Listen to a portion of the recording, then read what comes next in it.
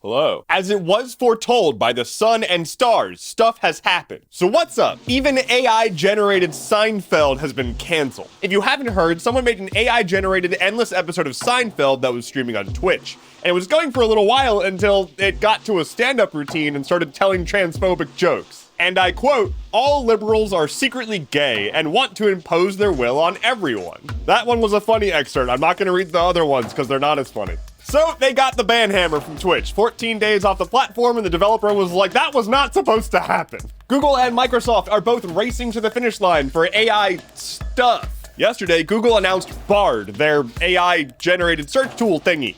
And like right at the same time, Microsoft announced an announcement for today about their version of the same thing. I would like to take this moment to remind you that Google and Microsoft both talked a huge AI game and talked about how it was the future of their companies and of the world, and then have to both scramble to the market because they got outplayed by someone else. Innovation. I mean, at the very least, Microsoft can bank on the fact that they invested in OpenAI, but whatever. What's up with Nazis and power substations? That's not the rivalry I was expecting this year. A woman in Maryland was arrested for collaborating with a known Nazi in Florida in an attempt to make a plan to attack a Baltimore power substation and take out their electrical grid. This is because the both of them are hate-fueled pieces of shit. It would be really cool if our political discourse was, hey, how do we solve problems about, like, homelessness and inequality and the problems that we're facing, instead of, hey, can you stop shooting at our national infrastructure? Apparently that's just a little too much to ask. Premium Twitter is not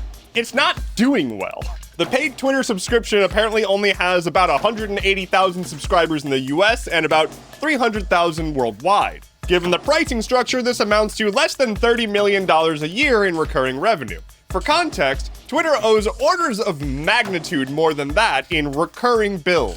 Old Muskie has previously said he wants 50% of the company's income to be from subscriptions, so, I mean, they're working on it. A Massachusetts teachers union went on strike and won. They got a 13-point-some-odd% raise and smaller class sizes.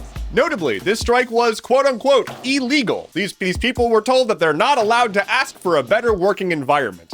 But they did it anyway, because fuck that. The strike lasted about 5 days before they hit an agreement, and I don't think that they actually signed it yet, but it's a tentative agreement, and go teachers. 13% is far too low for what you deserve, but I'm glad that you got something. Rapid fire. The amount of child exploitation material on Twitter is alarming, and it's getting worse, partially because they've stopped paying the people who were helping them get rid of it. FTX, the crypto exchange that kind of imploded, is asking for their political donations back because they're out of money. Twitch is rolling out chat history so that when you join a stream, you can see what's been going on in their chat.